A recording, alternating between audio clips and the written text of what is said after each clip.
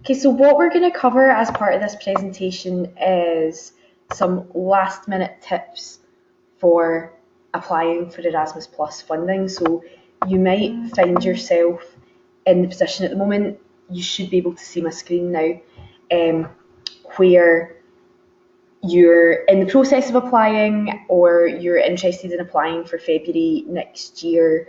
Um, if you're watching this in the future, you can access it at any date, hopefully from our YouTube channel when I post it up. This is a good overview of last minute application best practice as well. So we're going to cover some general tips for application writing, but we'll also cover some tips and frequently asked questions specific to the Erasmus Plus youth funding. Just to give you a quick introduction of why we're doing this webinar today, I work for Xchange Scotland, and this year we're working in partnership with YouthLink Scotland to promote Erasmus Plus opportunities in the UK. There's a lot of organisations in the UK and Scotland where we're based who haven't accessed Erasmus Plus funding previously, so we're here to offer a bit of guidance and support, hopefully make it interesting for you as well, which is what I'm hoping to achieve through this presentation today. Okay, so we'll just go through some last minute tips related to the Erasmus Plus Youth strand and to the programme in general. So the programme is split into different key actions, key action 1, 2 and 3 in the youth strand. Key action 1 covers the mobility of individuals, key action 2 covers cooperation and innovation of practice, and key action 3 covers support for policy reform. So mobility is literally the movement of young people, the movement of volunteers. Key action 2 is a bit more strategic, and key action 2 covers best practice in youth work across the international sector, and covers a bit of learning about European activities and engaging in European activities. Key action 3 covers support for policy reform, so that's where young people are encouraged to advocate for themselves and state their views on an international and global platform. So if you are interested in a few of these different key actions, what I would say is definitely stick to the key action that you're applying for. Don't try and fit 3 different key actions into one application, because what you're going to do is dilute the content of your application. What you want to do is keep your application simple as well. So if you, for instance, have a lot of different ideas and activities that you want to run, it might be a better idea to split that up between different youth exchanges. So you could apply for a youth exchange one year and then a youth exchange again into the following year. Don't try and, for want of a better expression, cram too much into what you're trying to achieve, because if you spread yourself too thinly as an organisation, and indeed plan different activities for the young people that might be spread across different themes, then the content of your application is maybe going to lose points. The application is based on a scoring system, so the quality of your application will be scored by the assessors. If you are tuning into our presentation from beyond the UK, it's the same depending on, it's a very similar format depending on who your national agency is, but you would just get in touch with the national agency in your country to get them to help and support your application. I would say tell the story of your organisation. So there's a part at the start of the application form that asks you to briefly state what your organisation does. You want to keep that simple as well. Just stick to the aims and mission of what your organisation wants to achieve, what it does achieve. Give a wee flavour into what your organisation does. Remember that the assessor at the other side is a human being who's reading your application. They might be hearing of your organisation for the first time through the application that you've written, and they want to hear about your organisation and about the project that you want to deliver.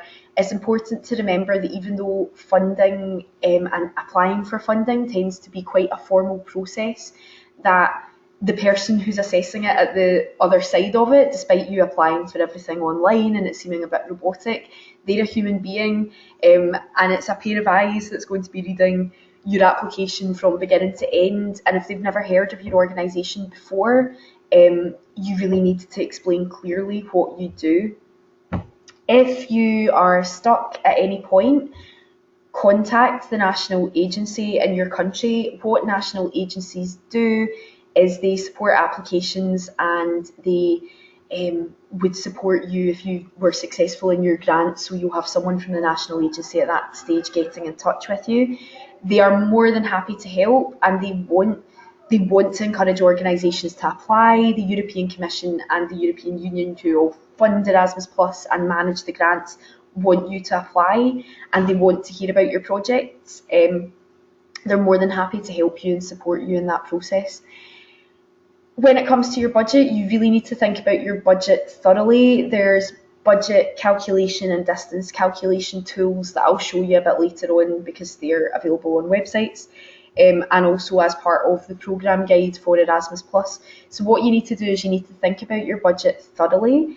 You need to make sure that you are being very clear about what you want to do, because when it comes to the assessment of your application, the national agency and their assessors are very experienced in Erasmus Plus funding, so they're going to be looking at what you want to achieve, and if you've applied for the right amount of money to basically organise and deliver your project. For this, I would encourage you to read the programme guide thoroughly. The guidelines are there to help you, they're not there to trip you up. I think it's important to say, and I say this informally, that European funding and application processes in general tend to be quite formal, but the European Commission and the national agencies really want to support amazing, imaginative, resilient, good quality projects. And the main aim of these projects is to deliver within this youth strand of funding non-formal education to young people who might have barriers to formal education or barriers to participation in their community. So the guidelines that you read as part of the programme guide are there to help you and support you. They're not there to trip you up. They're not there to fool you or to deceive you. It's there as an additional support tool. The programme guide is very clear. It is quite long, but if you stick again to the key action that you're applying to, and you go to the parts of the programme guide that are relevant to the strand of funding. So for instance, the programme guide is about 350 pages long. It gets reviewed and assessed every year, so this might change if you're watching this into the future. You know, the programme guide might have been altered slightly, but the programme itself in Erasmus Plus is reviewed every year. But you want to stick to the pages that are most relevant to your application. Remember, the deadline is at 11 AM UK time. Again, this is where some applicants might fall short because they'll be looking at the Brussels time, but if you apply at 12 PM UK time, it will be 1 PM in Brussels and you'll have missed the application deadline. So if you're applying in the UK, or indeed if you're applying from other countries beyond the UK, double, triple check with your national agency the deadline date, because applications will not be accepted beyond 11 AM, and it is quite strict, as is the case with any funding strand, that you really need to be on the ball and make sure that you're applying. I would say try and get it in before 11 AM, don't do an all-nighter if you can help it, because it's probably not very constructive to your working life or your personal health. So try and get everything done as soon as possible. But if you do find yourself kind of pushing to the deadline, which happens, and being realistic, it does happen to a lot of organisations, especially if you're also involved in different funding applications and you've got a lot of work to do, just remember to get it in before 11 AM. I'm not going to over-labour that point anymore. So as far as the checklist goes, these are just kind of important practical points to double, triple check before you apply. Your organisation must be eligible, so non-governmental organisations, NGOs, can apply. If you work as part of a council, you can apply as well. So public bodies, public limited by guarantee companies, scale companies in Scotland, so that's registered charities. It might be a wee bit different if you're watching in any other part of the UK or out with the UK, just double check. But if you're a registered charity, you can apply. Informal groups of young people can apply as well, but I would encourage you to look at the application guidelines for that as well. But you would be supported, and groups of volunteers have applied as well before and been successful in getting funding. So you would just apply as an informal group of young people if that was the case relevant to what you wanted to do. Check that your organisation and partner organisation is registered on the portal. So you will need to be registered on the portal to be able to submit the application form. It's all done online. The process that you would need to do, you and your international partner organisation, is make sure that you've got a participant identification code number. So that's your PIC number, and that's essential to applying. You can't apply without that. Make sure that you're checking the distance calculator is correct and based on where your exchange is going to be taking place. So the distance calculator helps you calculate things like flights. The grant is, with the way that the grant and the budget is divided up, the distance calculator is really important for the assessors, the European Commission who manage the grants, and for the national agencies who look at the individual organisations applying. They need to make sure that your budget is all present and correct, and that you're pretty much accurate in what you're wanting to do, so that you're just costing everything up correctly. I'll show you the distance calculator later on. It's on a website, and you can also see it as part of the programme guide. But the further away your exchange is, the larger the distance calculator will be in terms of units. It's all costed in units. To apply for a European Voluntary Service EVS exchange, your organisation must be accredited. So the deadline for accreditation usually takes place 6 weeks before the application deadline. And what you would need to do is make sure that your organisation was accredited to host and send volunteers. It's an additional part of the application process. So it's an extra deadline that you just have to be aware of, and you'll find out if your organisation has been accredited usually before the application deadline date. If you have applied for accreditation and you're interested in hosting or sending a European Voluntary Service volunteer, these exchanges, if you're not familiar, last from 2 weeks short term up to 2 months, and then 2 months up to a year, which is long term, and it involves job shadowing for young people. And it's 17 to 30-year-olds who usually apply for this.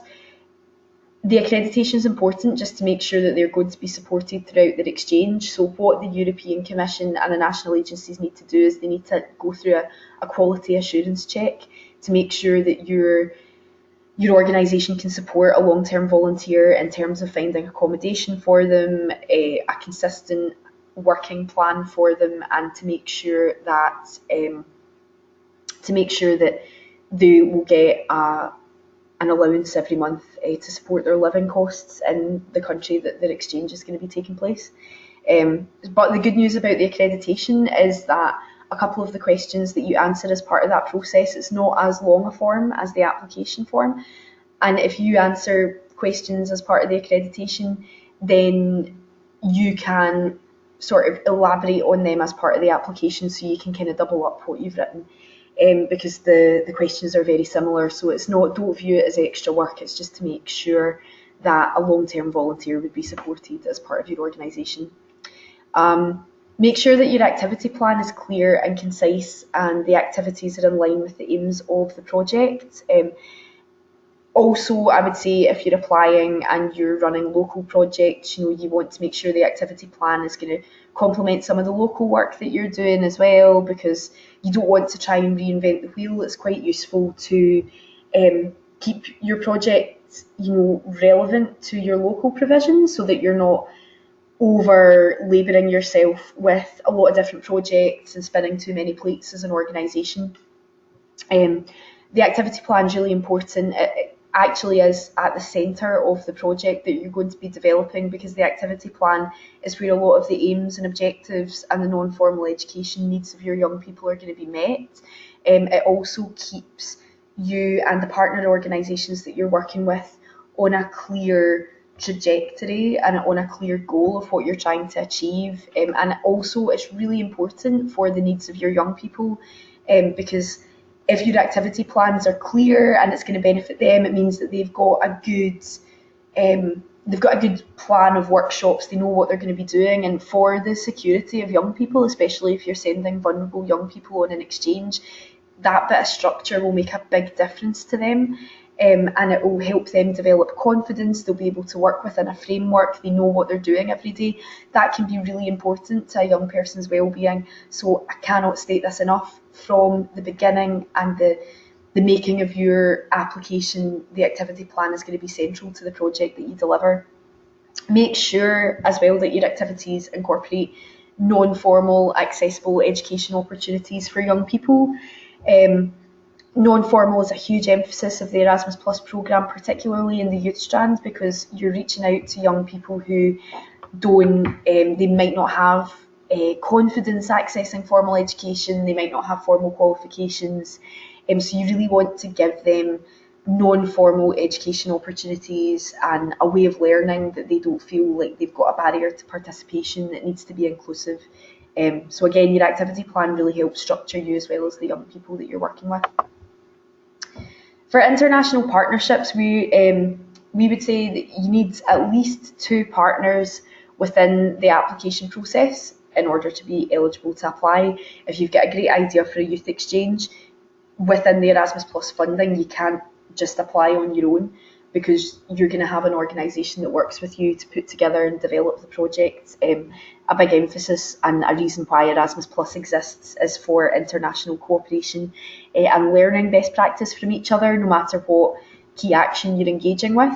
So you need at least 2 partners within the application. You are one of the partners, so you have to at least work with one other international partner.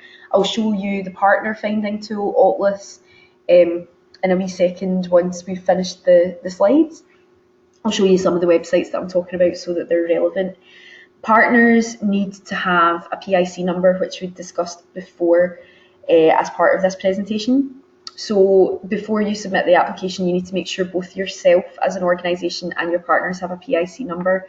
If you're unsure how to make partners, post on Atlas, which again I'll show you so that it kind of comes to life, or use another mobility training, utilise mobility training to look for partners. It is really useful to post on Atlas and to use their online tools to find partners directly. I would encourage you to post up the ideas that you've got for your project, because if it's relevant to other partner organisations out there, they'll come straight to source and they'll get in touch with you. That process, fortunately, is quite speedy. So partner organisations, especially if they are previously experienced in Erasmus Plus, and you'll find when you start to engage in international cooperation and funding and partnerships that a lot of international organisations are previously experienced in Erasmus Plus, and they will work with you to support you throughout the application process to put together your plans. That's strongly encouraged. Partners also need to decide whether they're hosting, sending or coordinating organisations, especially for EVS. A coordinating organisation takes the lead on the grant and the paperwork, but again, that partner is going to be supporting you. You do need to decide if you're going to be a coordinating organisation. Usually the practice in programme countries, so there's programme and partner countries as part of the Erasmus Plus process. Programme countries have full access to the funding. Partner countries tend to work with you and you would be in charge of the grant. So if you are partnering with a country out with the Erasmus Plus programme, then you would take the lead on applying for the grant. You would write the application and they would partner up with you on the activities and dissemination of the project. So that's something to bear in mind before you apply, that you need to sign off sign off things like mandates. Pardon me, sorry, this is a live broadcast, so it's got a wee frog in my throat, thank you. Best practice in application writing. So remember that there is a word limit to the application form. So again, going back to the quality and consistency in what you're trying to say, keep it concise, make sure that you're answering the questions. When we're proud of our organisations and when we have a lot that we want to tell people about what we do and the good work that we're doing for our young people, sometimes we have a tendency to overstate these points as part of an application, because there's that pressure to prove yourself and to say this is what we do, and we do all these amazing projects, but you really want to keep things as relevant to the application as possible. I know this is quite a simple tip, and it's not meant as a patronising tip, but we can all kind of get lost in the word content of applications, and then we start kind of running away with ourselves. So you want to keep it concise. Just remember that word limit's there. And again, it's just to make sure that everything's as clear for the assessors as possible, because they are going to be looking at several applications. And you want to showcase your project and make sure that they remember you and think that's an amazing project that you've decided to deliver. That's great. Make all of that clear for them. If it isn't, as it is an online application process, which is advised when you try and access it from the website, make sure that drafts are previously saved to a Word document. It does seem a wee bit tedious to ask you to copy and paste everything that you're doing, but it's really important so that you don't lose any information. The last thing that we would want is for you to put everything together, and the last thing certainly that the national agency would want is for you to put all that effort into an application only not to save it properly. I think we've all been there, and it can be really gruelling when you've put a lot of effort in and it doesn't save. So copy and paste, even if it seems a wee bit of an agitation, please do it. And then at the end of the application, it also gives you a chance to kind of proofread everything before you paste it back over. Application writing for local, national, international grants can be quite a lonely process. You tend to get someone that takes a lead in application writing within an organisation. If you can get someone to proofread it, it's really good actually to be able to speak about your ideas. It helps you gain a bit of clarity. It makes the process less lonely and less like an exam. So if you can get someone else, involve them in the process. Keep your writing simple, concise and easy to understand. I think I've said that about 5 times. But it is really important for the assessor, because you really want your application to jump out at them to get a high score at the end. And don't try and reinvent the wheel. Stick to the aims listed in the guides and design a project that complements the work that you're already doing in your organisation. There is a list of aims and objectives as part of the programme guides. And if you stick to the relevant key action and the relevant common themes of Erasmus Plus exchanges, don't try, I've just advised you to stick to the themes. I'm not kind of contradicting myself, but I would say look at themes that are really relevant to what you're delivering locally. So for instance, if you're delivering a nutrition project, you could think about delivering a youth exchange that focuses on cultural food sharing and eating together and preparing food together. These are actually really simple life skills that you're teaching young people who might not have that skill, that self-confidence to cook. So you could deliver a really great project that hits the aims and objectives of tackling prejudice and discrimination, but deliver it in quite a simple format. So don't overcomplicate things or feel like you need to jump through hoops to hit the themes. The likelihood of you having themes that are in line with the Erasmus Plus themes is quite high, because Erasmus Plus themes, again, are not set to trip you up. They're set by the European Commission and the national agencies to basically mirror what's happening in current society, which is why the programme is constantly reviewed. So off the top of my head, environmental themes, social media themes, anti-discrimination and prejudice themes are common within European projects, but it's because it reflects the current political and social climate for young people, and that's why the themes are there. Some final tips before we log off. So you want to Keep communicating with your partner organisation, communicate with them. They might already, if you're hosting or sending volunteers, you might already have a group of people in mind that you would like to send. That's a pretty standard practice, especially if you're keen to apply for different key actions. So it's up to yourselves if you involve the young people in that process as part of the youth strand. Of course, if you do, it's at your own discretion, but let them know that you might not be successful in getting the funding. We're hoping that you would be, but keep them, I would say, if you are going to involve them in the process, it's really exciting for them, and it would give them that bit of pre-departure, thoughts, and they're thinking about what the project's going to mean to them. You could do a bit of local work, and your partner organisation could mirror that in their country as well, and you could do partnerships together before you find out if your application's been successful. But you don't want the young people that you're working with to get disappointed, so keep the process transparent if you are going to involve them from the beginning. But yeah, communication with your partner organisation is really important, and that's going to be really important to your final report as well. Mandates need to be signed, so you can get a mandate template online. What you need to do is just make sure that your organisation has signed and stamped everything, and you can scan that and send that to your partner, and they'll sign that off and post it back to you.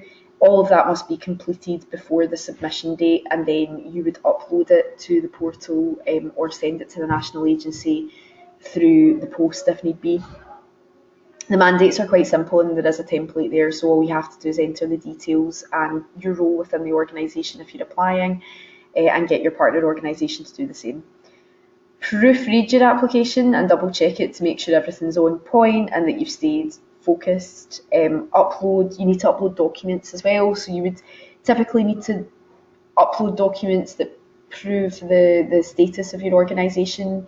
You would also need to upload documents like OSCAR financial reports or bank statements, again just to evidence that your organisation is up and running.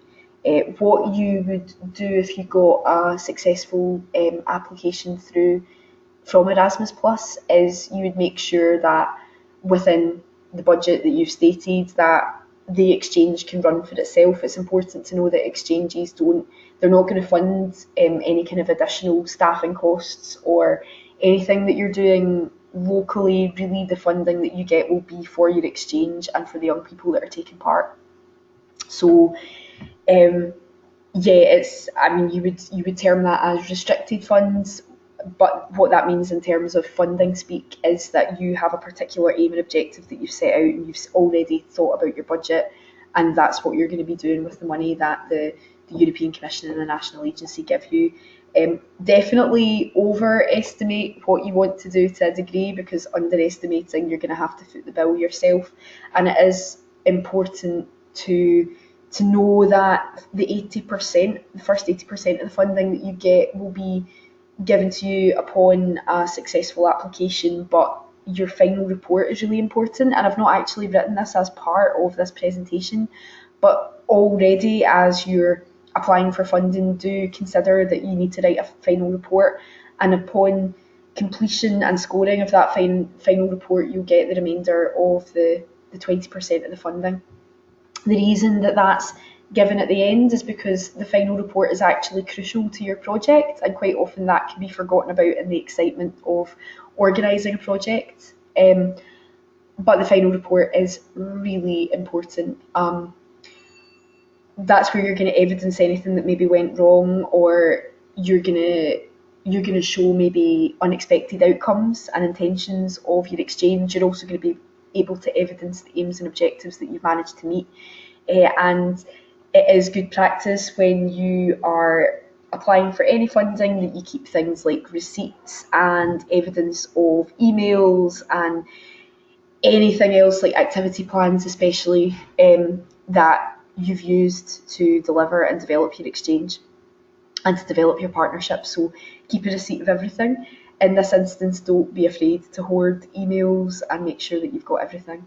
And then after that, once you've done everything and you've written up your your application, you submit it, make sure that it's sent. If need be, phone the national agency and say, have you accepted my application? You should get notification that they have if it's been accepted on the website. And then relax. It can take up to 16 weeks to find out if you're successful. So I don't know, to me it reminds me of when I was sitting my exams in Scotland. So there would be a good few months of summer that I could relax between submitting an exam and then finding out if you've been successful. So do think about your project and get excited about it. You know, if you aren't successful in getting your application accepted, then ask for feedback. Don't be frightened of that process and try not to get too kind of downhearted. The feedback might actually support your applications in the future. So if at first you don't succeed, take the opportunity to take the feedback objectively and listen to what they're saying and try again. The national agency in the UK is very supportive, and I'm sure the same can be said of national agencies across the programme as well. Good luck to everyone that's applying. It is very exciting. An exchange of any description over any of the key actions could be the most transformative experience for the young people that are involved. So you really, you know, at the heart of it, remember that you're applying to support that mobility and support for young people that an exchange can give them. I will very briefly show you some websites. You should be able to see my screen here. So this is a budget calculator. So what you would do is just say Glasgow. I'm giving away my location in Scotland to Perlin.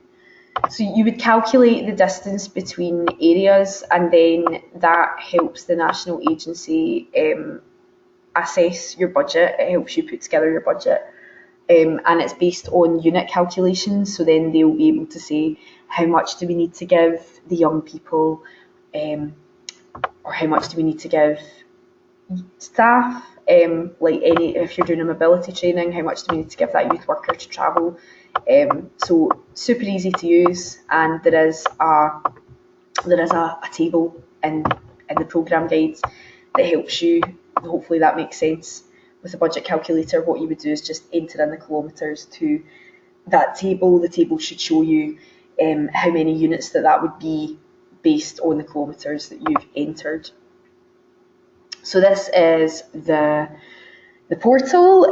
What you need to do is you need to log in and register yourself if you've not done so already. And as you can see, participant portal is your entry point for Erasmus Plus and other programmes running across Europe, but we're going to be concentrating on this one. This is just a wee example of the application form. So I'm just showing you a sample document. A lot of the information and a lot of the pages are as practice in any application form for you to enter details, so names and addresses. Contact person, so if you're taking the lead in the application, you'll put yourself in here. A lot of this is kind of self-explanatory. If you do get stuck with any of the language, phone the national agency, look it up online, refer back to the programme guides. Yep, so this is your application. Again, you will be reiterating your learning outcomes a lot within the application process. Participants with fewer opportunities. So if your project involves participants facing situations that make participation in the activities more difficult, if they've got additional support needs, if they are a vulnerable young person, you would put this in here so that the assessors and the grant assessors know, and that your partner organisation know in advance that the young person needs a bit of additional support. For instance, if a young person is a wheelchair user, you need to make sure that you have discussed this with the partnered organisation and they've got accessibility, so they're not going to have any barriers to participating in the activities or sleeping arrangements or anything like that. The same goes for emotional or behavioural needs as well. Practical arrangements, so you're thinking already about travel accommodation. This is usually quite an exciting part of the application process. You want to assess quality and management issues, and again, that re-emphasises the setting up of agreement with partners and why that's important. Preparation of participants, so you just need to make sure that your participants are prepared. Risk assessments, which, if we work in community learning and development or the youth strand, if we're within the youth sector, risk assessments are quite pivotal to the work that we do. So you need to make sure that someone's on top of that. And then you're listing content and objectives. There's an activity plan there. It's probably quite difficult for you to see that on its sides. But of course, when you download the application form, you can see that properly.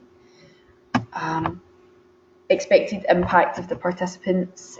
So yeah, that's your outcomes that you want to discuss, activities that you carry out in order to share the results of your project. So you might be sharing your project with the discretion and permission of the young people involved.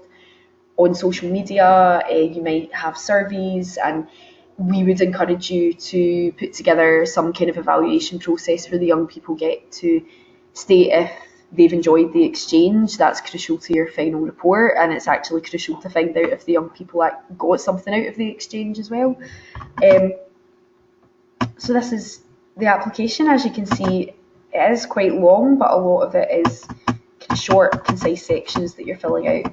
Summary of your project, so this is when you get to showcase the amazing ideas that you're going to be doing and executing. So feel free, 29 pages, and it's available as a sample from the European Commission website, but you will access that you can access it through the Erasmus Plus site for your country. So here in the UK, this is our erasmusplus.org.uk. This is our site here. If you need to contact eChorus, there's contact details here, and they are super helpful. Erasmus Plus stories give you ideas of case studies and existing projects as well. And I'm going to very quickly show you Otlus before we sign off. So this is the partner finding tool. A lot of organisations have success using Otlus to search for partners. So you would, and it is crucial to have partners before you apply. So you would just search by organisation name if you know them directly, keywords you're looking for. So if you want to do an art project, anti-discrimination. This also gives you a bit of inspiration about themes, the main themes and projects. You can see some examples of projects here. There's a lot of people involved, 10,676 organisations. So we're hoping if you post up a great project idea that people will get in touch with you.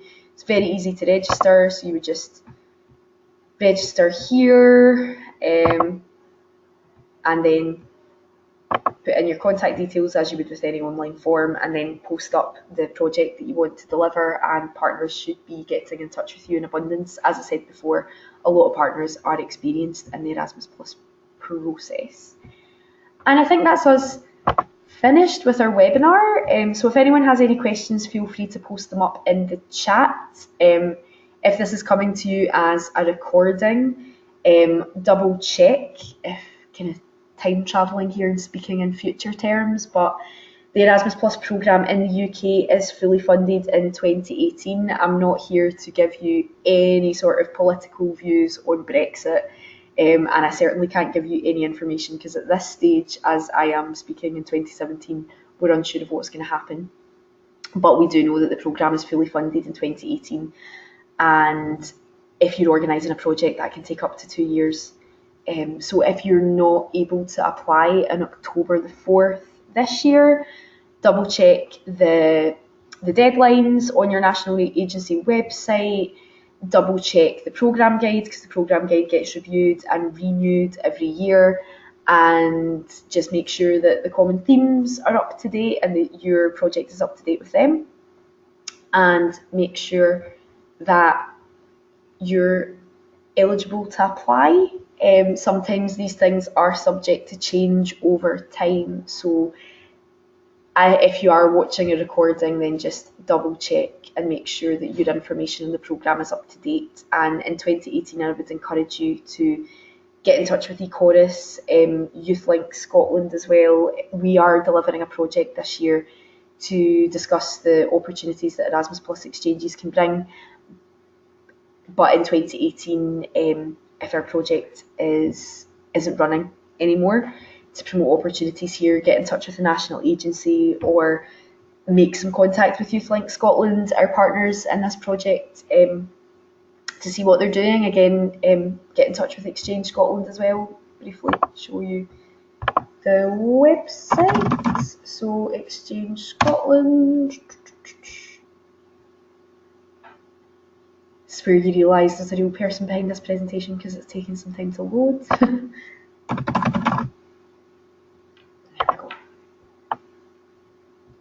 So this is our website here. Feel free to get in touch with us.